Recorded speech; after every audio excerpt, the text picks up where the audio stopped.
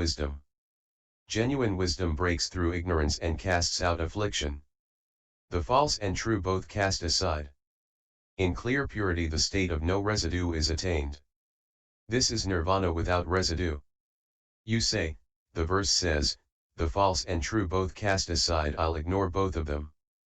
If you ignore them, you are still in the dark dwelling. When you have transcended the deviant and the right, then they have no use.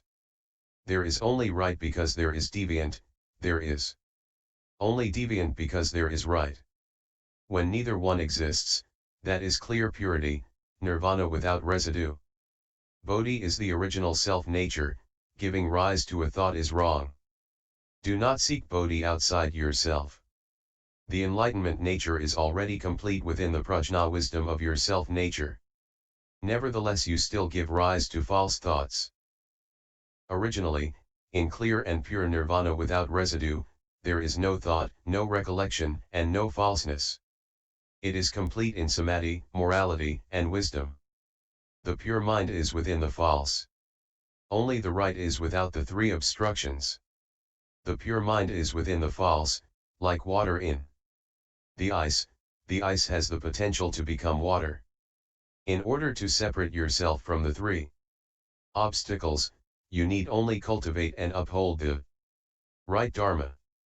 The three obstacles are the karma obstacle, that is, all the karma you have created in past lives and in the present one, the retribution obstacle, that is, your body, which undergoes the obstructive effects of your karma, and the affliction obstacle, that is, all your troubles and worries.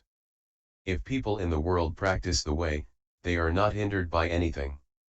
You can realize the way by success in any Dharma door at all. But first you must understand the true Dharma. Then you can cultivate it walking, standing, sitting, or lying down, with no obstacles whatsoever. By constantly seeing their own transgressions, they are in accord with the way. Mind your own business. Don't watch other people, like a camera which can only take pictures of what is outside, but can't take pictures of itself. You say, that person is bad. He drinks, smokes, and takes drugs. No one can teach him. He steals. He kills. Just look at him. You talk nothing but big talk, you only criticize others. You never ask yourself, did I kill today? Did I steal? Did I have deviant thoughts of lust? Did I lie or drink? You never turn the light inward because you are too busy shining it outside. If you wish to practice the way, you should cultivate yourself and see your own faults. Then you will be in accord with the way. The sixth Patriarch's verse is excellent. It is profound, deep, and of inexhaustible use. It is simple and clear, anyone can understand it. If you can understand the meaning, and memorize it as well, it will greatly aid your cultivation. Each kind of form has its own way without hindering one another. Everything which has a shape and an appearance is a kind of form. While dwelling in forms, if you are able to wake up and understand, to cut off desire and cast out love and be unattached to the forms, then you will naturally possess the way. You need not look for it anywhere else. Leaving the way to seek another way to the end of life is not to see the way. If you understand and are unconfused by forms, then there is no difficulty and no annoyance. But if you leave the way, saying, this is not the way, I am going to find another way, you are just adding a head on top of a head. If you see what happens and understand, you can transcend the world. If you see what happens and are confused, you fall beneath the wheel. If you become confused and give rise to view delusion, you fall into the dust of external states and objects, and to the end of your life you will not see the way. A frantic passage through a life will bring regret when it comes to its end. Wishing for a vision of the true way, right practice is the way. When you arrive at the way, everything you do from morning to night is in accord with Dharma. You do right and proper things, not deviant things. If you leave your daily activities and look elsewhere for the way, Your whole life will be suffering, and when you are old you will have regrets. I have wasted my life, you will say. If only I hadn't drunk so much wine, I wouldn't be so stupid now. If only I hadn't gambled, I wouldn't be so poor. If someone had just told me, I could have cultivated. But I never met a good knowing advisor. You met a good knowing advisor, but you didn't recognize him. His teaching passed by like the wind, in one ear and out the other. You never reformed your own faults, and you never corrected your bad habits, and so, at the end, you have regrets. Cultivate properly. Do not criticize others and wash their clothes for them, saying, "This person's clothes are filthy. I'd better wash them. And look at him. He's jealous. He's afraid. Others are going to be better than he is." This is called washing other people's clothes. If you don't have a mind for the way, you walk in darkness, blind to the way. If you only do things in darkness, if you only do things which you do not wish others to see, you are not practicing the way. If you truly walk the way, you are blind to the faults of the world. There are those who say, the Dharma ending. Age 38 is really bad. There is no more Dharma. Cultivators do not give proof to the fruit. Why don't you give proof to the fruit? The Dharma itself has no right, image or ending age. If you cultivate the right Dharma, you live in the right Dharma age.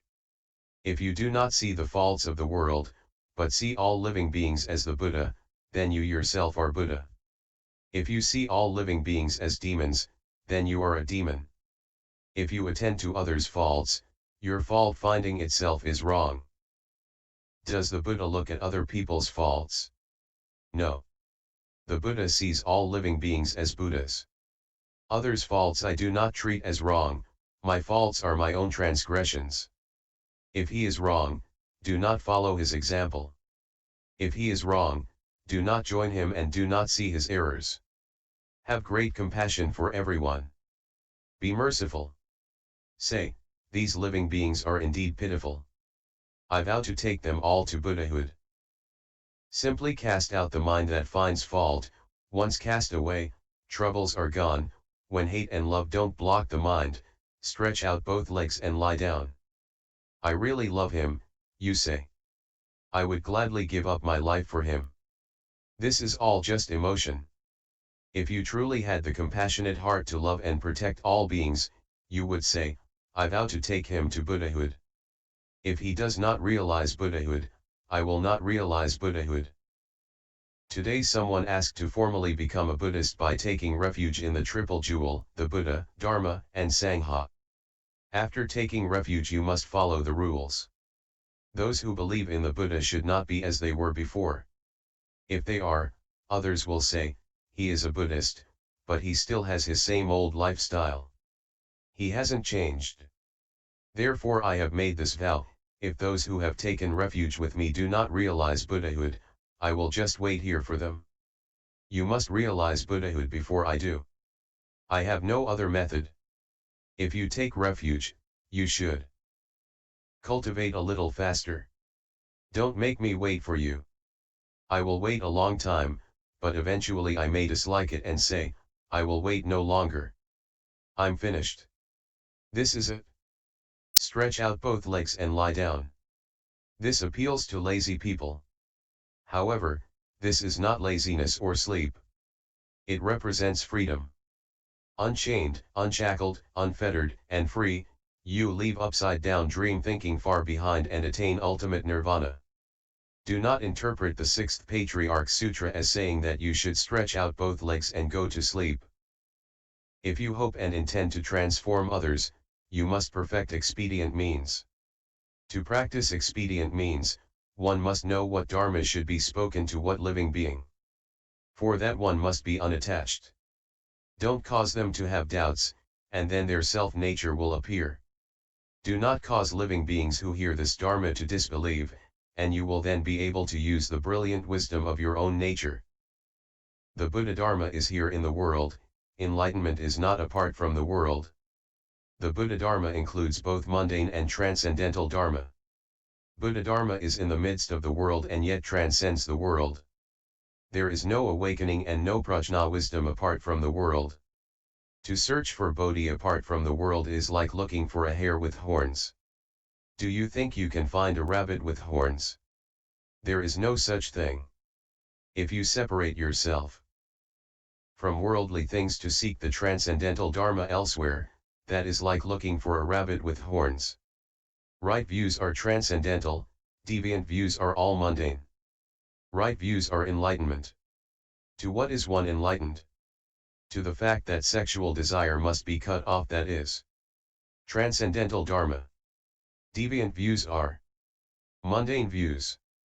When you casually follow your desires, yielding to them instead of causing them to yield to you, you are holding to deviant and mundane views.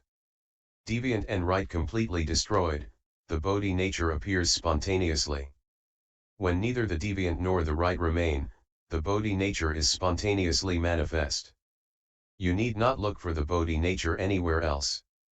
This verse is the sudden teaching, also called the Great Dharma Boat. This verse is the verse of sudden enlightenment and the Dharma door of realizing Buddhahood. It is called the Great Dharma Boat because it can ferry all living beings from the shore of birth and death across the current of affliction to the other shore of Nirvana. Here in confusion, pass through ages, in an instant's space, enlightenment. If you are deluded, many ages may pass before you become enlightened. If you are on the verge of enlightenment and can put down every one of your desires, you can suddenly become enlightened in the space of an instant.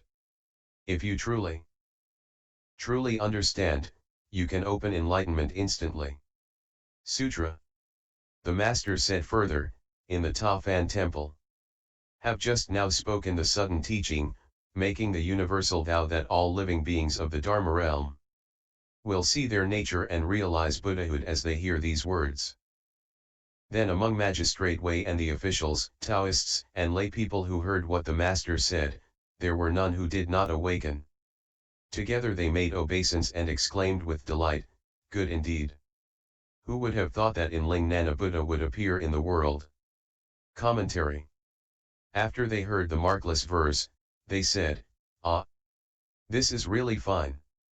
Who would have imagined that Enlightenment Buddha would appear in the world?"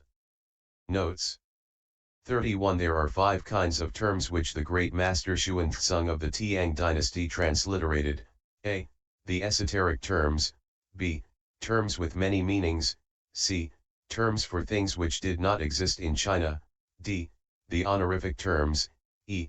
Terms which should be used following the example of the ancients. 32. The central mountain of every world system. Translated into Chinese as Miao Cao, wonderfully high. 33. Paradise, the pure land of Amitabha Buddha. 34. The Dharma doors are the doctrines, discourses, and wisdom of the Buddhas, the cultivation of which lead to enlightenment. 35. This term is used in the general sense for a great number. 36. It was Subhuti, the foremost of the Buddha's disciples in understanding emptiness, that the Buddha addressed when he spoke the Diamond Sutra.